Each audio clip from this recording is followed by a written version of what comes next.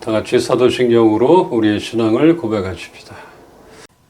나는 전능하신 아버지 하나님, 천지의 창조주를 믿습니다. 나는 그의 유일하신 아들, 우리 주 예수 그리스도를 믿습니다.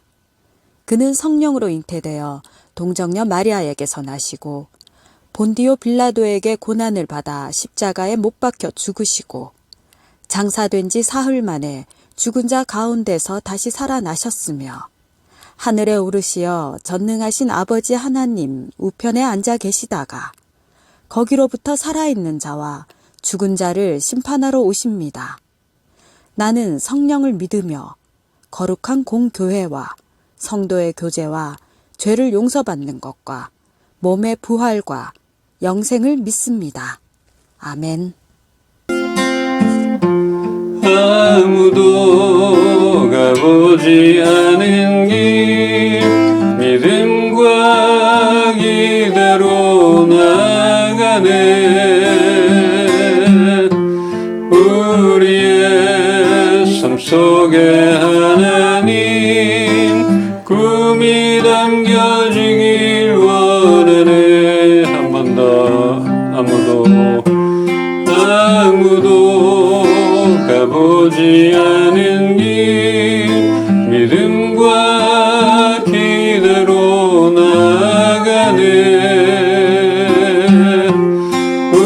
우리의 삶 속에 하나님 꿈이 담겨지길 원하네.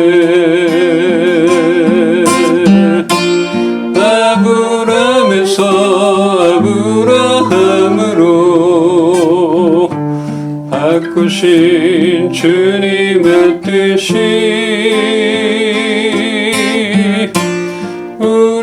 우리에게도 이루어지게 하실 줄 나는 믿네.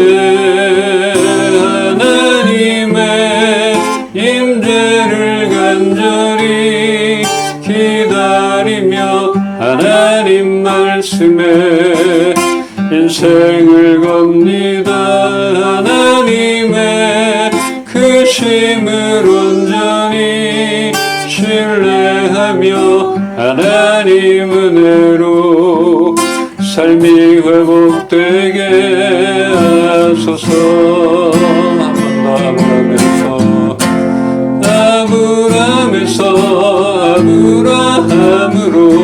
아브라함으로 바꾸신 주님의 뜻이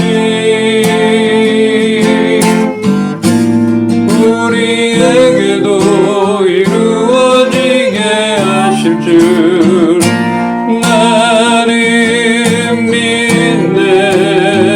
하나님의 임재를 간절히 기다리며 하나님 말씀에 인생을 겁니다. 하나님의 크심을 온전히 신뢰하며 하나님 은혜로 삶이 회복되게 하소서.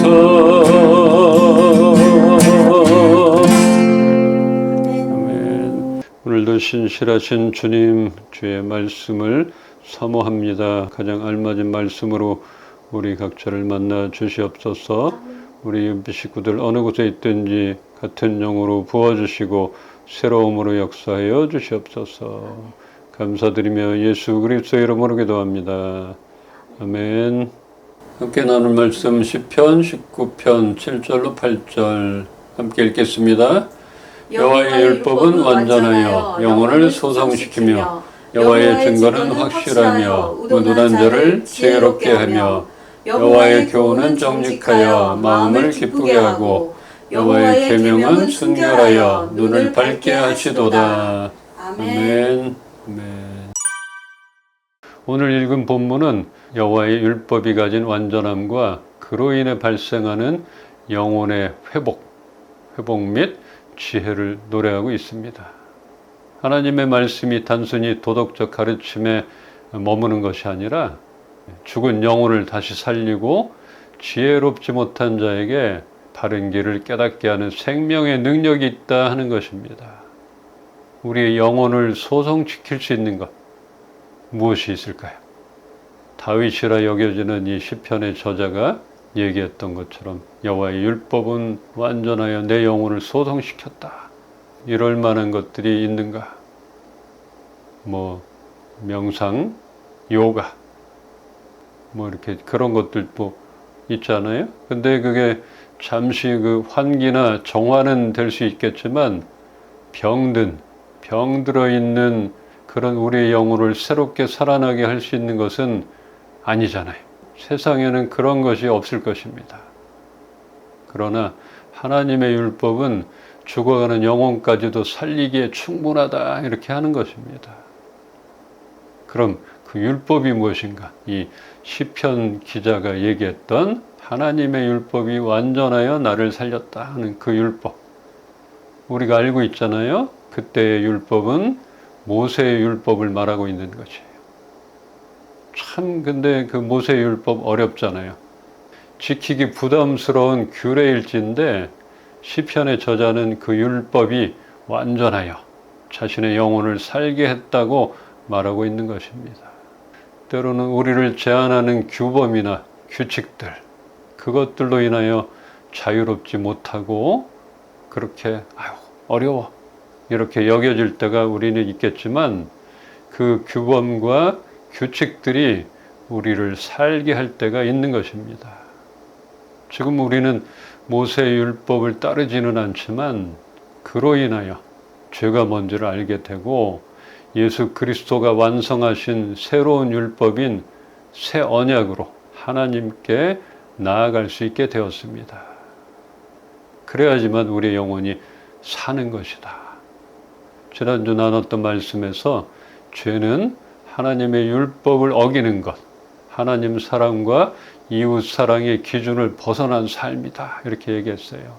그래서 표적에서 빗나간 것처럼 하나님의 기준에서 벗어나거나 방향을 잃은 상태라 이렇게 말했습니다. 결국은 하나님과의 관계가 깨어진 상태가 죄인 것인데 모세 율법으로 죄를 깨닫게 되고 또 예수 그리스도의 율법으로 우리의 영혼이 소송케 되는 것입니다. 이런 시편 때는 예수님이 없었잖아요. 어쨌든 새 언약도 없었잖아요. 근데 그 율법이 나를 살게 했다. 이 고백처럼 우리도 지금 예수 그리스도의 새 언약으로 인하여서 우리의 영혼이 죽었던 영혼이 소송케 될 수 있다는 것, 이것을 우리가 경험하기를 원하고 그렇게 예배하며 말씀 가운데 나가는 것입니다. 또한 무엇이 우둔한 사람을 지혜롭게 만들어줄 수 있는가? 지식을 통하여 모르는 것을 배우게 되고 좀 똑똑해질 수는 있을 것입니다. 바보 온달을 바꿨던 평강공주처럼 내조를 잘해서 큰 일을 할 수 있게 한다든지 이런 것. 근데 요즘 AI가 모르는 것 다 알려주잖아요. 저도 컴퓨터에 대해서 너무 몰랐는데 AI 덕을 많이 보고 있습니다. 참 어려운 기계치 이런 거였는데 AI 물어보면 잘 알려주는 거야. 얼마나 친절하게 잘 알려주는지 아들에게 물어보면 핀잔을 듣는데 그런 것도 없이. 그러니까 이제 혼자도 지식을 창출해낼 수 있고 정보를 알 수가 있고. 그러나 이 AI가 모르는 것을 알려주는 것은 맞지만 바른 길을 깨닫게 하는 그런 생명의 능력은 없지 않습니까? 그런 건 없는 거예요. 또 자기가 틀려도 틀렸다 말을 안 하고 우리의 삶, 바른 길을 깨닫게 할 수는 없는 것이에요. 생명의 능력은 없다 하는 것이에요. 그러나 여호와의 증거는 확실하여 우둔한 자를 지혜롭게 하며, 하나님의 말씀은 죽은 영혼을 다시 살리고 바른 길을 깨닫게 하는 그런 생명의 능력이 있다는 것입니다.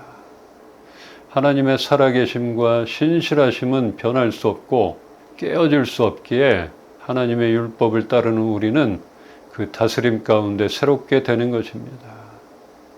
변함없는 그분, 말씀, 신실하신 그 안에 거할 때 우리는 보호가 되는 것이고 새롭게 되는 것이고 영원히 살게 된다 할 수 있다는 것입니다. 8절에 여호와의 교훈은 정직하여 마음을 기쁘게 하고 여호와의 계명은 순결하여 눈을 밝게 하시도다. 여러분은 말씀을 듣고 쓰며 그 말씀을 깨닫게 될 때 기쁨이 있습니까? 어떠세요? 그냥 숙제처럼 다가오나요? 차라리 모르면 좋았을 텐데 괜히 알았다 여겨지는 말씀들, 뭐 이런 느낌을 받는지 모르겠습니다. 그런데 마음에 기쁨을 주는 하나님의 교훈과 계명은 우리의 삶의 기준을 바로 세우고 무엇이 옳은지 분별하는 영적 시야를 밝혀준다는 사실입니다. 몰랐으면 좋았을 텐데가 아니라 알아야 되는 것. 그것으로 깨닫고 내가 몰랐던 걸 알게 됐다. 이것으로 우리가 기뻐할 수 있는 거기까지 나가야 된다는 것이고, 그냥 눈을 감으면 된다, 손바닥으로 하늘을 가리면 된다가 아니라 하나님의 말씀으로 인해서 알게 됐구나. 내 영적인 시야가 넓어졌고 밝아졌구나. 이걸로 우리는 기쁨을 얻어야 한다는 사실입니다. 그래서 이거 좋은 것만 내가 받아들이고 아닌 거는 거절한다 이게 아니라 우리는 이 말씀으로 내가 몰랐던 것들을 알게 됐을 때 기뻐하며 적용하는 삶을 살아야 된다. 그러기에 그 어떤 것보다 더 가치가 있는 그것을 얻게 되었을 때 우리는 기뻐하지 않을 수 없을 것입니다. 기쁨을 찾아야 되는 거지. 시기적절하게 나에게 딱 맞는 하나님의 교훈으로 인하여 마음에 참된 기쁨이 생기기를 소망합니다. 우리가 하루를 시작하며, 저도 그래요. 뉴스를 보거나 인터넷을 통해서 세상의 많은 지식과 정보를 얻게 됩니다. 또 말씀을 쓰면서 시작하는 분이 있고, 우리 사모는 또 말씀 묵상을 올리기도 하고 이렇게 시작을 돼요. 근데 세상의 뉴스와 또 인터넷 정보 필요해요. 중요한 정보는 얻어야 돼요. 이렇게 세상에 많은 지식과 정보를 얻기도 하지만 오늘의 살아갈 기준과 방향은 말씀으로 정하고 그 말씀 따라 나아가기를 바랍니다. 그 말씀으로 오늘의 방향을 정해야 된다 하는 것이에요. 그래서 선과 악을 판단하기 어려운 그런 혼란스러운 상황 앞에서도 우리의 눈이 밝아져 잘 분별할 수 있는 그런 우리의 영안이 열리기를 축원합니다. 디모데후서 3장 16절로 17절을 또 함께 보겠습니다. 모든 성경은 하나님의 감동으로 된 것으로 교훈과 책망과 바르게 함과 의로 교육하기에 유익하니 이는 하나님의 사람으로 온전케 하며 모든 선한 일을 행할 능력을 갖추게 하려 함이라. 아멘. 여호와의 율법과 계명을 따르는 기쁨과 유익을 말하는 이 시편 저자와 성경의 가르침의 유익을 언급하는 사도 바울의 그 공통점이 보입니다. 그것은 아마도 깊이 있는 하나님을 경험하고 예수님을 만났다는 것과 계명과 말씀을 잘 알고 따랐다는 그런 것이라 하겠습니다. 이 성경은 하나님의 감동으로 된 것이다. 교훈과 책망과 바르게 함, 의로 교육하기에 너무나 유익한 것이다. 더 나아가서 모든 선한 일을 행할 능력을 갖추게 할 수 있다. 이렇게까지 얘기했습니다. 그것은 자신감이 있었고 만났기 때문에 또 너무나 잘 알고 있었기 때문이라 말할 수 있습니다. 성경이 신앙 형성과 삶의 변화를 이끄는 기준이 된다는 것입니다. 일단 성경의 목적은 신자를 온전하게 세우는 일이, 성도인 우리를 온전하게 세우는 일입니다. 그리고 선한 일을 행할 준비와 능력을 갖추게 하는 데 있다고 말합니다. 우리는 나이가 많든 적든 교훈과 책망을 통해 삶을 교정하고 의로 훈련하는 그런 과정이 필요한 것입니다. 또한 우리들 각자의 신앙생활과 선한 사역의 열매를 위해 이 말씀이 지속적으로 공급되어져야 한다는 것이에요. 그냥 졸업했어, 수료했어 끝나는 게 아닌 것이에요. 계속적으로 공급이 되고 공급을 받아야지 우리는 선한 열매를 맺을 수 있다, 이렇게 말하는 것입니다. 참 죽을 때까지 말씀과 함께. 내 영혼이 병들고 지금 생명이 없어지고 있는데 무슨 열매를 맺겠어요? 그러니까 생명력 있는 말씀의 수혈, 공급을 받고 우리가 먼저 소성케 돼요. 그럴 때에 우리의 삶 속에서 열매를 맺게 되는 것이다, 보게 될 것이라 하는 것입니다. 이제 이 말씀을 보며 말씀을 정리하겠습니다. 에베소서 6장 17절입니다. 구원의 투구와 성령의 검, 곧 하나님의 말씀을 가지라. 아멘. 이 에베소서 6장에서 사도 바울은 마귀의 간궤를 능히 대적하기 위하여 하나님의 전신갑주를 입으라고 말합니다. 성도가 갖춰야 할 전신갑주 중에 영적 전투에서 머리를 보호하는 구원의 투구를 쓰고 거짓 가르침이나 낙심으로부터 마음과 생각을 지켜야 하며 전신갑주 중에서 유일한 공격 무기인 성령의 검으로 무장해야 한다는 그런 말을 하고 있는 것이에요. 근데 그 성령의 검이 하나님의 말씀이라고 밝히고 있습니다. 이 전신갑주에 대해서는 나중에 또 나누겠지만 그 많은 갑주, 갖춰야 할 것 중에 유일한 공격 무기가 이 성령의 검이라고 합니다. 말씀을 지식적으로만 아는 것이 아니라 그 말씀에 순종할 때 우리에게 능력으로 역사하여 마귀의 간궤를 대적하는 강력한 무기가 되는 것입니다. 우리를 보호해줄 방어용 무장과 더불어 사단의 간궤를 파할 이런 강력한 무기, 이것은 꼭 필요한 것이에요. 그냥 방어하고 막 그냥 갑옷 철철 싸맸을 때 뭘로 그걸 물리치겠어요? 그냥 툭 밀면 넘어지면 안 되잖아요. 일단 그 보호하는 것, 방어 무기도 필요하고 성령의 검, 한 방에 물리칠 수 있는 그 성령의 검, 바로 하나님의 말씀. 이것을 꼭 갖춰야 된다. 다음에 한번 전신갑주가 무엇인지, 어떤 것들이 있는지, 또 왜 그렇게 무장해야 되는지 한번 더 나누겠습니다.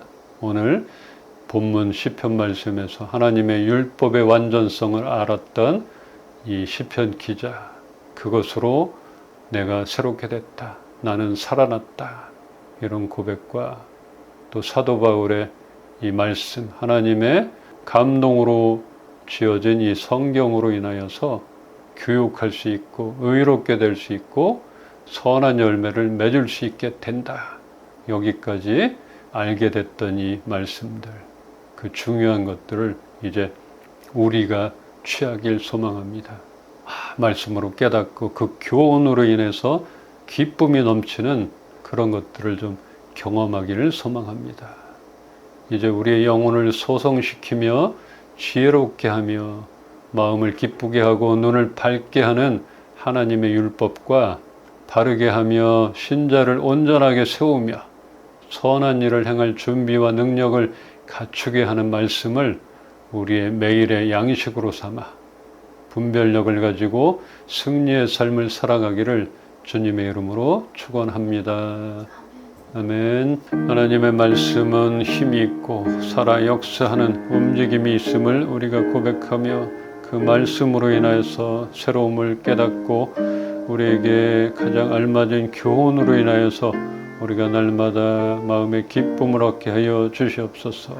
우리 성도들 어느 곳에 있든지 함께하여 주시옵시고 이 말씀으로 잘 무장케 하여 주시옵시고 하나님의 말씀으로 인하여서 기쁨이 넘치는 우리 이은빛 성도들 되게 하여 주시옵소서.